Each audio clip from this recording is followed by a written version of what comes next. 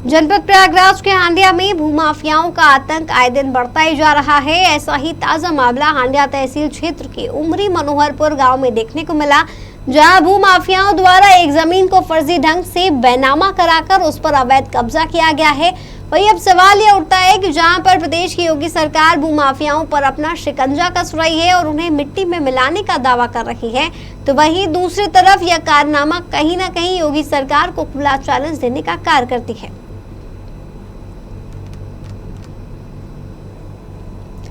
खबर उत्तर प्रदेश के प्रयागराज से है, जहां के हांडिया में भूमाफियाओं का आतंक आए दिन बढ़ता जा रहा है। ताजा मामला हांडिया तहसील के उमरी मनोहरपुर गांव में देखने को मिला, जहां भूमाफियाओं द्वारा एक जमीन को फर्जी ढंग से बैनामा कराकर उस पर अवैध कब्जा किया गया।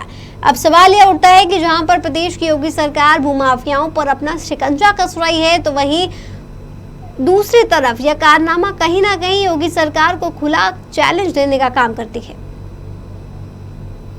इस खबर पर ज्यादा जानकारी के लिए हमारे साथ फोन लाइन पर कमलेश गुप्ता जुड़ गए हैं। जी कमलेश जी, लगातार प्रयागराज में भूमाफियाओं का आतंक देखा जा रहा है, वहीं भूमाफियाओं ने अवैध कब्जा कर रखा है, क्या कुछ जानकारी है?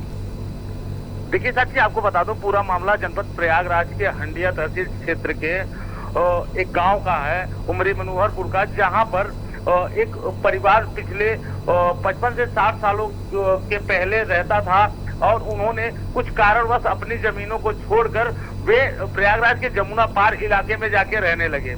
लगभग 55 से 60 वर्षों से उनकी जमीन खाली पड़ी हुई थी, जिसको देखकर जो भूमाफिया किस्म के लोग हैं उनकी निगाह उस जमीन पर पड़ी और उन्होंने उस जमीन को अपना बनाने के लिए एक योजना बनाई। योजना के तहत उन्होंने एक फर्जी व्यक्ति को खड़ा करके और जो जिनके नाम पे जमीन थी, माता प्रसाद, जिनकी मौत लगभग 45 से 50 वर्ष पहले हो चुकी है, उनके नाम का एक फर्जी व्यक्ति खड़ा करके एक फर्जी रजिस्ट्री कराकर उस जमीन पर अपना कब्जा करके, जो कि करोड़ों की जमीन है, उसमें प्लाटिंग का कार्य कर रहे हैं। साथ ही जो डॉक्यूमेंट लगाए गए हैं, जो रजिस्ट्री कराई गई है, उसमें भी काफी घोटाले किए गए हैं, फर्जी आईडी लगाकर, फर्जी गवाह खड़े कर। तो कमलेश जी, जो व्यक्ति जिंदा ही नहीं है उसके नाम का बनामा कैसे?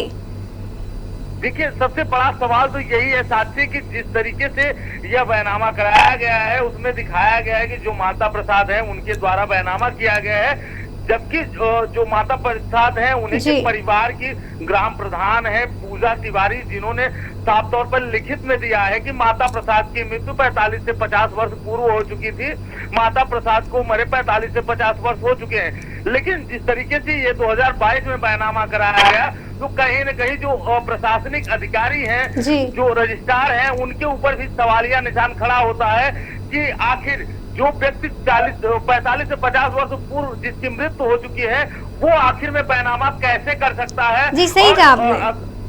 और जिस तरीके से जो फर्जी व्यक्ति अगर वहां पे आके खड़ा होता है, अपने आप को माता प्रसाद बताता है, तो उसकी जांच पड़ताल क्यों नहीं की गई? और बिना जांच पड़ताल के इस तरीके से रजिस्ट्री करना भूमाफियाओं को बढ़ावा देने का काम किया जा रहा है। जिस तरीके से भूमाफिया इस जमीन पे कब्जा कर रहे हैं, कहीं न कहीं प्रदेश सरकार, जो प्रदेश की योगी सरकार है, वो साफ तौर पे कहती है कि भूमाफियाओं को मिट्टी में मिला दिया जाएगा, उनके खिलाफ कार्रवाई की जाएगी। प्रदेश की योगी सरकार को सीधे चेतावनी दे रहे हैं ये जनपद प्रयागराज के भूमाफिया। जी साक्षी जी, जिस तरीके का ये मामला है, इसमें साफ तौर पर प्रशासनिक अधिकारियों की भी मिलीभगत नजर आ रही है। तो अगर पीड़ितों की बात की जाए तो पीड़ित क्या चाहते हैं? देखिए, जिस तरीके से बात करने का प्रयास किया गया और जो जिनकी जमीन है उनसे संपर्क करने का प्रयास किया गया, तो उन जमीन पे कुछ ऐसी घटनाएं घटी थी जिसके वजह से वो परिवार उस जमीन की तरफ दोबारा मुड़कर देखने का प्रयास भी नहीं कर रहा। लेकिन साफ तौर पे और ये जो बातें हैं उनमें ये होनी चाहिए कि अगर कोई भी व्यक्ति उस जमीन को, जिसकी जमीन है, वो अगर अपनी जमीन को कब्जे में नहीं लेता, उस जमीन पे वो अपना मालिकाना हक नहीं जताता, तो उस पे सरकार का कब्जा होना चाहिए, ना कि किसी भूमाफिया का। बहुत सही कहा आपने जी, बहुत बहुत शुक्रिया कमलेश आपका हमारे साथ जुड़ने के लिए और ये तमाम जानकारी साझा करने के लिए।